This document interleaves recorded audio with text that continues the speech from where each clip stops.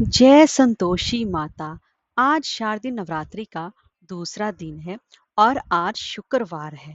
तो आज शुक्रवार के दिन सुनिए माँ संतोषी की व्रत कथा। तो चलिए वीडियो शुरू करते हैं। एक बुढ़िया थी, उसके 7 बेटे थे। 6 कमाने वाले थे जबकि एक निकम्मा था। बुढ़िया 6 बेटों की रसोई बनाती, भोजन कराती और उनसे जो कुछ जूठन बचती वह 7वें को दे देती। एक दिन वो अपनी पत्नी से बोला, देखो मेरी माँ को मुझ पर कितना प्रेम है। वह बोली, क्यों नहीं, सबका जूठा जो तुमको खिलाती है। वह बोला, ऐसा हो ही नहीं सकता, मैं जब तक आंखों से ना देख लूं मैं मान ही नहीं सकता। बहू हंसकर बोली, देख लोगे तब तो मानोगे ना। कुछ दिनों के बाद त्योहार आया। घर में 7 प्रकार के भोजन और चूरमे के लड्डू बने। वह जांचने को सिर दुखने का बहाना कर पतला वस्त्र सर पर ओढ़े रसोई घर में सो गया। वह कपड़े में से सब देखता रहा। 6 भाई भोजन करने आए। उसने देखा कि माँ ने उनके लिए सुंदर आसन बिछाकर नाना प्रकार की रसोई परोसी और आग्रह करके उन्हें जमाया। वह देखता रहा। 6 भाई भोजन करके उठे, तब माँ ने उनकी जूठी थालियों में से लड्डुओं के टुकड़े उठाकर एक लड्डू बनाया।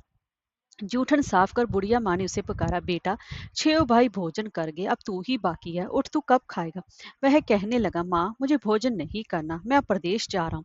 माँ ने कहा, कल जाता हो तो आज ही चला जा। वह बोला, हाँ आज ही तो जा रहा हूँ। यह कहकर वह घर से निकल गया। चलते समय पत्नी की याद आ गई। वह गौशाला में कंडे यानी कि उपले थाप रही थी। वहां जाकर बोला, हम जावो प्रदेश आवेंगे कुछ काल, तुम रहियो संतोष से धर्म अपनो पाल। वह भोली, जाओ पिया आनंद से हमारो सोच हटाए, राम भरोसे हम रहे ईश्वर तुम्हें सहाय। दो निशानी आपन देख धरु में धीर, सूदी मति हमारी बिसारियो रखियो मन गंभीर। वह बोला, मेरे पास तो कुछ नहीं, ये अंगूठी है सोले और अपनी कुछ निशानी मुझे दे। वह बोली, मेरे पास क्या है, ये गोबर भरा हाथ है। यह कहकर उसकी पीठ पर गोबर के हाथ की थाप मार दी। वह चल दिया। चलते चलते दूर देश पहुंचा। वहां एक साहूकार की दुकान थी। वहां जाकर कहने लगा, भाई मुझे नौकरी पर रख लो। साहूकार को जरूरत थी, बोला, रह जा। लड़के ने पूछा, तनख्वाह क्या दोगे। साहूकार ने कहा, काम देखकर दाम मिलेंगे। साहूकार की नौकरी मिली। वह सुबह 7 बजे से 10 बजे तक नौकरी करने लगा। कुछ दिनों में ही दुकान का सारा लेन देन, हिसाब किताब, ग्राहकों को माल बेचना, सारा काम करने लगा। साहूकार के 7 8 नौकर थे।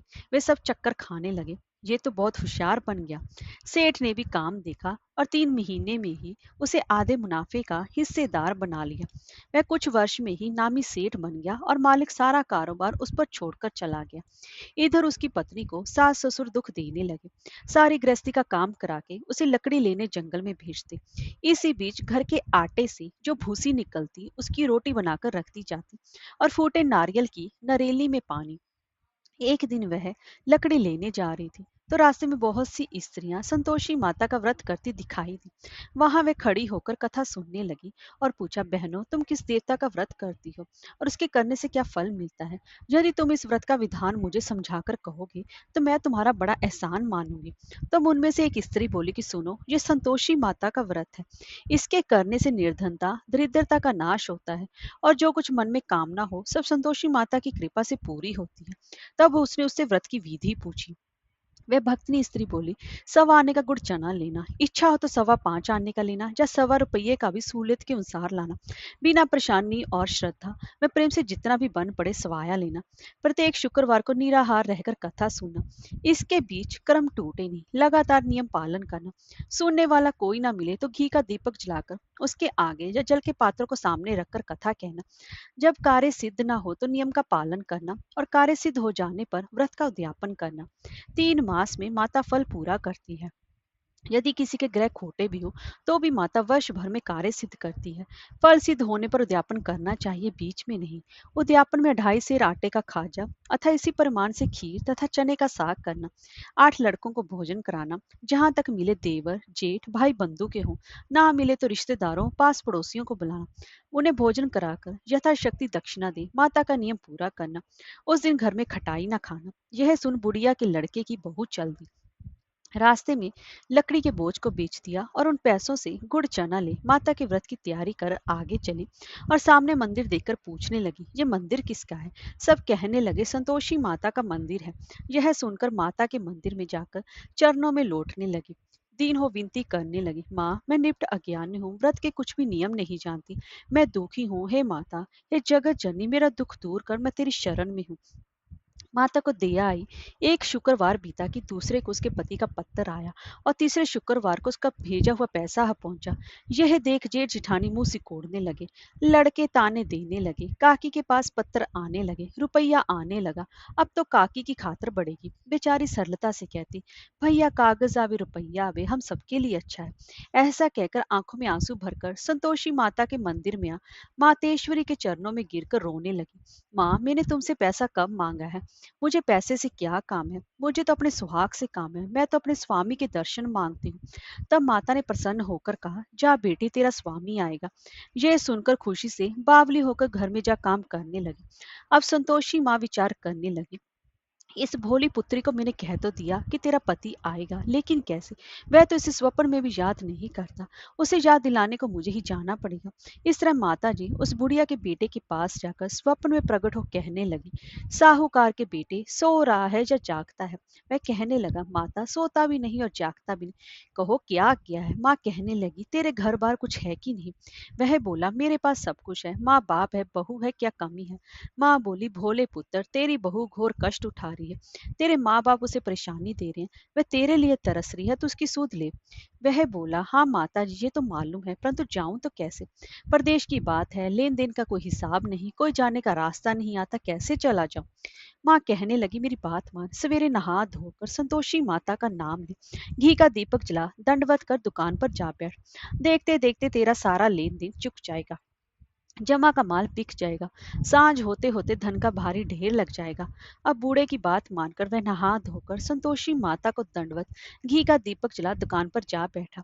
थोड़ी देर में देने वाले रुपया लाने लगे, लेने वाले हिसाब लेने लगे। कोठे में भरे सामान के खरीदार नकद दाम दे सौदा करने लगे। शाम तक धन का भारी ढेर लग गया। मन में माता का नाम ले, चमत्कार देख प्रसन्न हो घर ले जाने के वास्ते गहना कपड़ा सामान खरीदने लगा। यहाँ काम से निपट कर तुरंत घर को रवाना हुआ। उधर उसकी पत्नी जंगल में लकड़ी लेने जाती है। लौटते वक्त माता जी के मंदिर में विश्राम करती है। वह तो उसके प्रतिदिन रुकने का स्थान जो ठहरा। धूल उड़ती देखकर माता से पूछते हैं, हे माता, ये धूल कैसी उड़ रही है? माता कहती है कि हे पुत्री, तेरा पति आ रहा है। अब तू ऐसा कर, लकड़ियों के 3 बोझ बना ले, एक नदी के किनारे रख, दूसरा मेरे मंदिर पर व तीसरा अपने सिर पर। तेरे पति को लकड़ियों का गट्ठर देकर मोह पैदा होगा। वह यहाँ रुकेगा, नाश्ता पानी खाकर माँ से मिलने जाएगा। तब तू लकड़ी का बोझ उठाकर जाना और चौक में गट्ठर डालकर जोर से आवाज लगाना, लो सासू जी, लकड़ियों का गट्ठर लो, भूसी की रोटी दो, नारियल के खेपड़े में पानी दो, आज मेहमान कौन आया है? माता जी से बहुत अच्छा कहकर वह प्रसन्न मन से लकड़ियों के 3 गट्ठर बनाए, एक नदी के किनारे पर और एक माता जी के मंदिर पर रखा। इतने में ही मुसाफिर आ पहुंचा। सूखी लकड़ी देखकर उसकी इच्छा उत्पन्न हुई कि हम यहीं पर विश्राम करें और भोजन बनाकर खा पीकर गांव जाएं। इसी तरह रुककर भोजन बना, विश्राम करके गांव को गया। सबसे प्रेम से मिला। उसी समय सिर पर लकड़ी का गट्ठर लिए वह उतावली सी आती है। लकड़ियों का भारी बोझ आंगन में डालकर जोर से 3 आवाज देती है, लो सासू जी, लकड़ियों का गट्ठर लो, भूसी की रोटी दो, आज मेहमान कौन आया है? यह सुनकर उसकी सास बाहर आकर अपने दिए हुए कष्टों को भुलाने हेतु कहती है, बहू ऐसा क्यों कहती है? तेरा मालिक ही तो आया है, आ बैठ, मीठा भात खा, भोजन कर, कपड़े गहने पहन। उसकी आवाज सुनकर उसका पति बाहर आता है। अंगूठी देख व्याकुल हो जाता है। माँ से पूछता है, माँ ये कौन है? माँ बोली, बेटा जी तेरी बहू है। जब से तू गया है तब से सारे गांव में भटकती फिरती है, घर का काम काज कुछ करती नहीं, 4 पहर आकर खा जाती है। वह बोला, ठीक है माँ, मैंने इसे भी देखा और तुम्हें भी। अब दूसरे घर की ताली दो, उसमें रहूंगा। माँ बोली, ठीक है, जैसी तेरी मर्जी। तब वह दूसरे मकान की तीसरी मंजिल का कमरा खोलकर सारा सामान जमाया। एक दिन में राजा के महल जैसा ठाट बाट बन गया। अब क्या था, बहु सुख भोगने लगी। इतने में शुक्रवार आया। उसने पति से कहा, मुझे संतोषी माता के व्रत का उद्यापन करना है। पति बोला, खुशी से कर लो।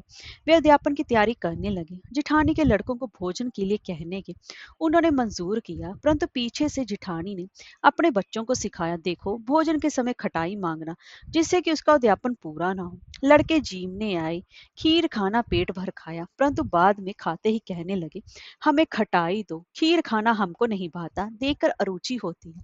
वह कहने लगी, भाई खटाई किसी को नहीं दी जाएगी। ये तो संतोषी माता का प्रसाद है। लड़के उठ खड़े हुए, बोले पैसा लाओ। भोली बहू कुछ जानती नहीं थी, उन्हें पैसे दे दिए। लड़के उसी समय हट करके इमली खटाई ले खाने लगे। यह देखकर बहू पर माताजी ने कोप किया। राजा के दूत उसके पति को पकड़कर ले गए। जेठ जेठानी मन माने वचन कहने लगे। लूट लूट कर धन इकट्ठा कर लाया है। अब सब मालूम पड़ जाएगा जब जेल की मार खाएगा। बहू से जैसे कुछ सहन नहीं हुआ। रोती हुई माता जी के मंदिर की कहने लगी कि हे माता, तुमने क्या किया? हंसाकर भक्तों को रुलाने लगी। माता बोली, बेटी तूने अध्यापन करके मेरा व्रत भंग किया है। वह कहने लगी, माता मैंने कुछ अपराध किया है। मैंने तो भूल से लड़कों को पैसे दे दिए थे। मुझे क्षमा करो, मैं फिर तुम्हारा अध्यापन करूंगी। माँ बोली, अब भूल मत करना। वह कहती, अब भूल नहीं होगी। अब बताओ वह कैसे आएंगे? माँ बोली, जा पुत्री, तेरा पति तुझे रास्ते में आता मिलेगा। वह निकली, राह में पति आता मिला। वह पूछी, कहाँ गए थे? वह कहने लगा, इतना धन जो कमाया है उसका टैक्स राजा ने मांगा था, वह भरने गया था। वह प्रसन्न हो बोली, भला हुआ, अब घर को चलो। कुछ दिनों के बाद फिर शुक्रवार आया। वह बोली, मुझे फिर माता का उद्यापन करना है। पति ने कहा, करो। बहू फिर जेठ के लड़कों को भोजन को कहने लगी। जेठानी ने एक दो बातें सुनाई और सब लड़कों को सिखाने लगी। तुम सब लोग पहले ही खटाई मांगना। लड़के भोजन से पहले कहने लगे, हमें खीर नहीं खानी, हमारा जी बिगड़ता है, कुछ खटाई खाने को दो। वह बोली, खटाई किसी को नहीं मिलेगी, आना हो तो आओ। वह ब्राह्मण के लड़के लाकर भोजन कराने लगे।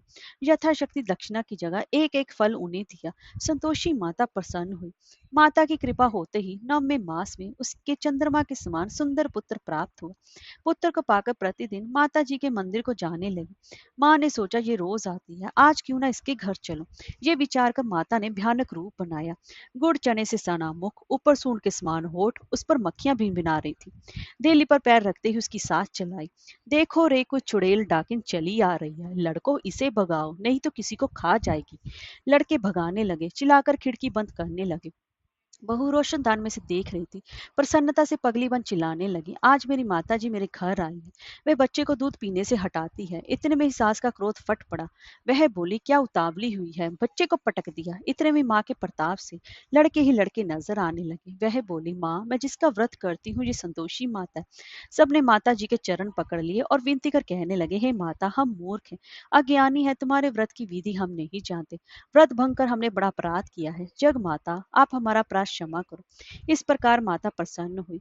बहू को प्रसन्न हो जैसा फल दिया, हे संतोषी माता वैसा ही सबको देना। कहानी कहने वाले और सुनने वालों की सभी की मनोकामनाओं को पूर्ण करना। जय माता दी।